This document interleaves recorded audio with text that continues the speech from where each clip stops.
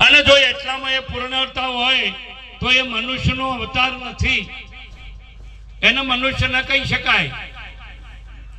આપણને તો સુંદર નિરંક બાપુ તો સુંદર કે અરે ધન ધન વંદુ તો આરે અવસર ને ગોવિંદ નો જસ ગાયો ગવાય છે, મનના મનોરથ મારા પૂરણ થયા છે રે. આ અવસરને હું વંદન કરું. આમ જીવન સામાન્ય હોય પણ જ્યારે અવસર આવે, જ્યારે પ્રસંગ આવે ત્યારે એની વાત કઈક આપણને અનેરી લાગે.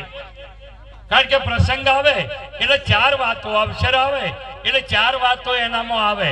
ટૂંકમાં આપણે વાત કરીશું, આગળ મહાપુરુષોને સાંભળવાના છે, પણ આપણે શરૂઆત એવી કરીએ. આ એક અવસર છે. મનુષ્ય જન્મ એક અવસર છે. બાકીના બીજા બધા યોની માત્રમાં ભલે મટીરિયલ એનું એ હોય અને પાવર કદાચ એનો એ હોય, પણ એ કામના નથી. આ એક અવસર કીધો. અને અવસર આવે એટલે ચાર વાતો હોય એનામાં. એક તો ઉમંગ હોય. અમારે કાંતિરામ મહારાજ રોજ જે રીતે રહેતા હતા અને આજ જે છે એમાં ફરક લાગે કે નહીં લાગતો? જોઈ લો, નવા નવા કપડા, નવા ઘરેણા, બધા આખું ઉમંગ વાળું, આખું વાતાવરણ ઉમંગ વાળું હોય તો આપણે પણ વિચારવાનું આ એક અવસર છે. અને એમાં આપણને એમને જેમ એક ઉમંગ છે કે આજે મેં કાર્યમાંથી નિવૃત્તિ લીધી છે, તો એ નિમિત્તે હું મહાપુરુષોને બોલાવું, મારા પરમાત્માને તેડું, પોતે જે જ્ઞાન પ્રાપ્ત થયું છે એનું આજે એક પ્રમાણ અહીં પ્રાગટ્ય એ બતાવે એવી એક બાબત. તો આપણને પણ આ એક મનુષ્યનો જન્મ મળ્યો છે તે ઉમંગ હોવો જોઈએ. કેવો ઉમંગ હોવો જોઈએ? પરમાત્મા એવું શું છે? આખું જગત ભગવાન ભગવાન કરે છે. ગીતા જો એમ કહેતી હોય કે હોય ની એની જેટલી જગ્યા મારા વગર ખાલી નથી, એવું પરમાત્મા શ્રી કૃષ્ણ સ્વમુખે બોલ્યા હોય, તો મને પરમાત્મા કેમ દેખાતો નથી? મને થોભલો દેખાય, માઈક દેખાય, આ બીજું બધું દેખાય ને પરમાત્મા ના દેખાય? આવું કેમ? કઈ ગીતાના કહેવામાં ફરક કે મારા સમજવામાં ફરક?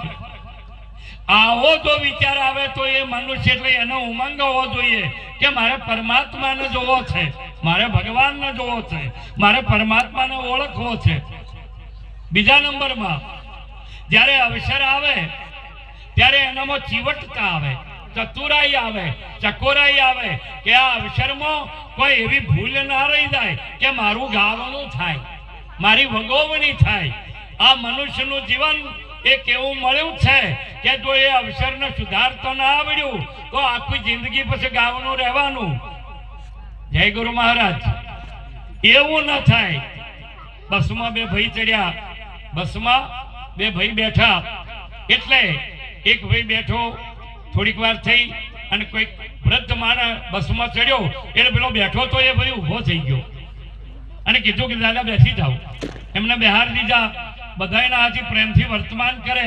એની હાથે જે બીજો હતો ને એ જો બેઠો તો અહીંયા કોણી મારે, આમ હાથ મારે એકબીજાને, ભૂકારિયા કરે, આંખો કાઢે અને ડરાવે, આવું બધું કરતો હતો. હવે સ્ટેશન આવ્યું એટલે બે ઉતર્યા, પણ ઉતરીને પૂંછ વાળી પેલા ભાઈએ કે કોઈ રહી તો નહીં જતું ને. આપણે જયારે ઉતરીએ ત્યારે પૂંછ વાળીને જોઈએ કે કોઈ રહી તો નહીં જતું ને, એટલે કંડક્ટરે કીધું કે રહી તો જાય છે પણ તમે એને લઈ શકો એવું નથી. રહી તો ગયું છે પણ તમે લઈ શકો એવું નથી.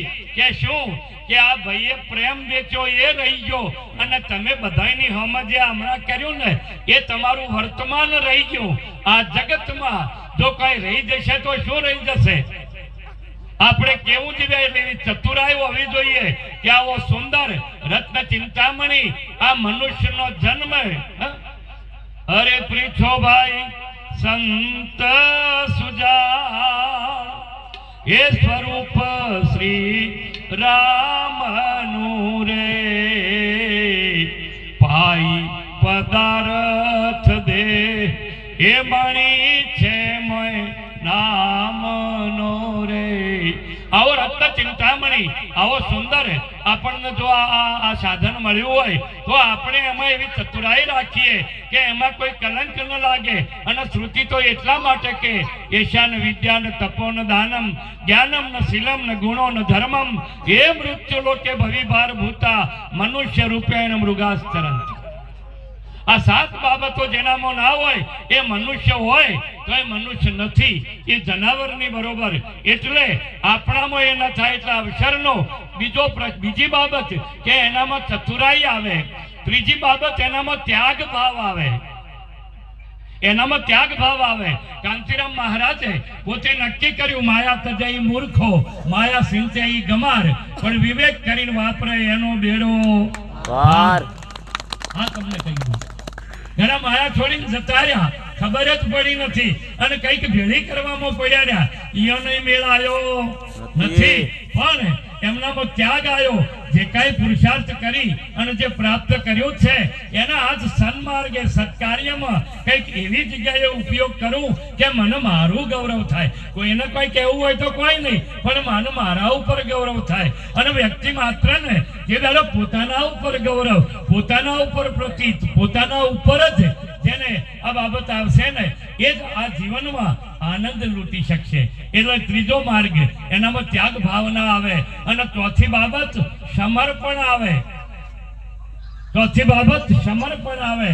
સમર્પણ એટલે કોઈકને સોંપી દેવાની તૈયારી. આટલા બધા લોકોને સંભાળવા છે, આટલું બધું કરવું છે તો કોઈકને સોંપવું તો પડે. એક વ્યક્તિ આમાં કોમ આવી શકે નહીં. એટલે અમે એક દાડો આપણે નક્કી કરવાનું કે આ પડી તો જવાનું છે, આમ નહીં મોનો તો સોંપી તો દેવું જ પડશે. ગયડા થાવો તો છોકરાને સોંપવું પડશે, કદાચ બીમારી આવશે તો કોઈક બીજોને સોંપવું પડશે.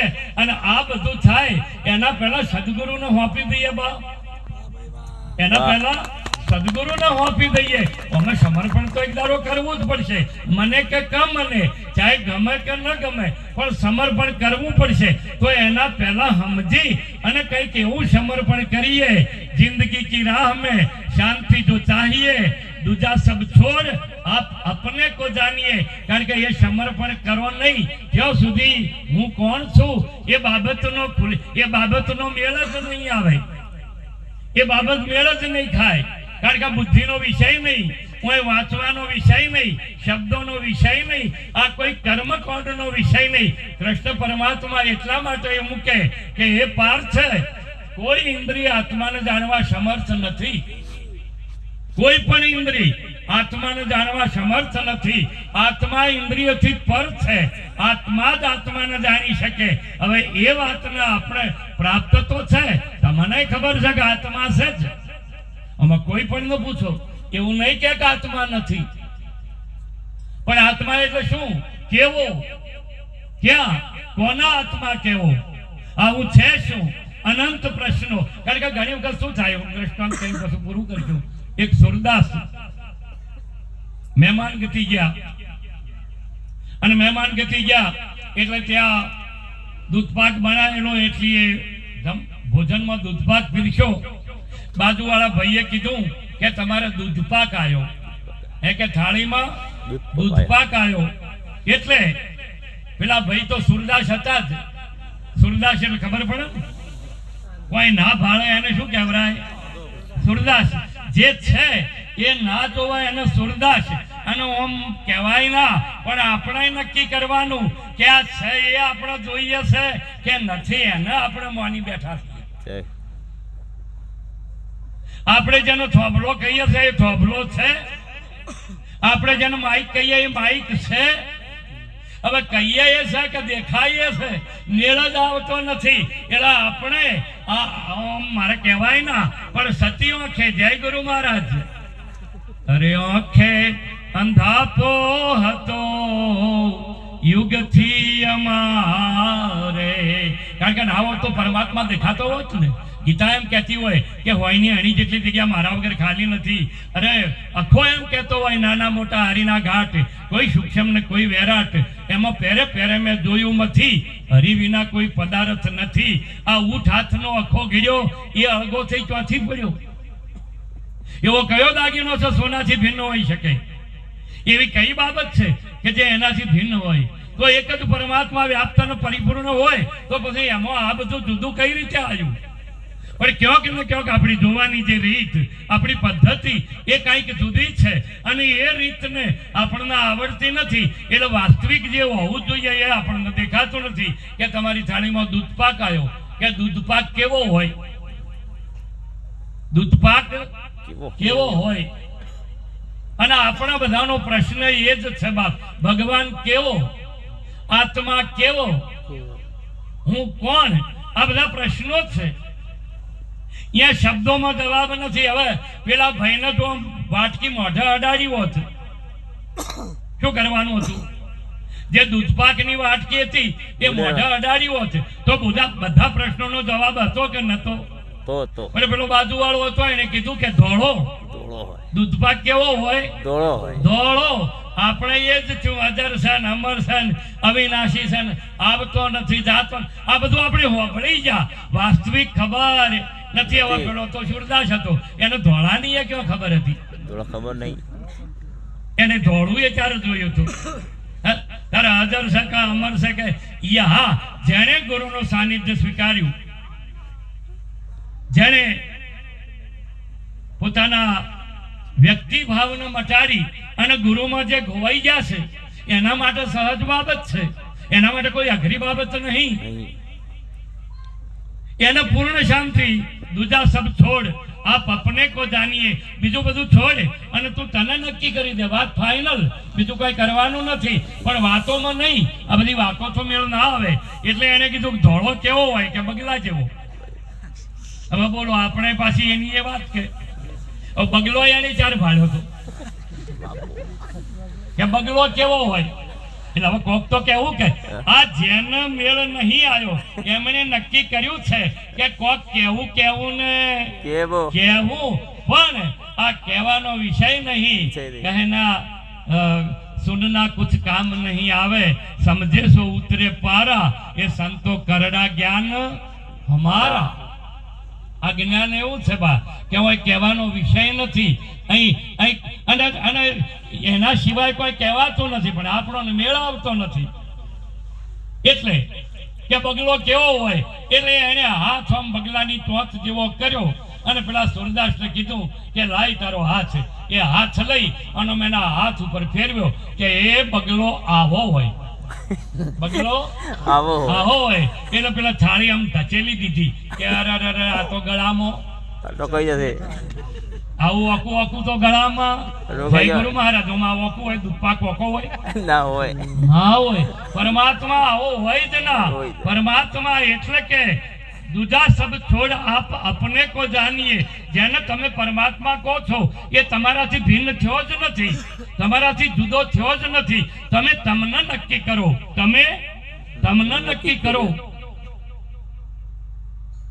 ख्वाब में जो देखा उसे सच न मानिए, ख्वाब में जो देखा उसे सच न मानिए, आंख खुली तब कुछ नहीं पाइए.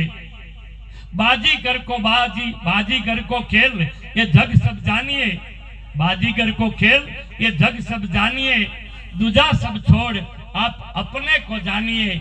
આ જેમ એક સ્વપ્ન જુઓ અને સ્વપ્નમાં તમે આપણે જે કાંઈ જોયું છે એના સાક્ષીએ તમે, એના દ્રષ્ટા પણ તમે, એના જોવાવાળા પણ તમે. પણ જ્યારે આંખ ખુલે ત્યારે એમાંથી એક પણ વસ્તુ હોય ના હોય.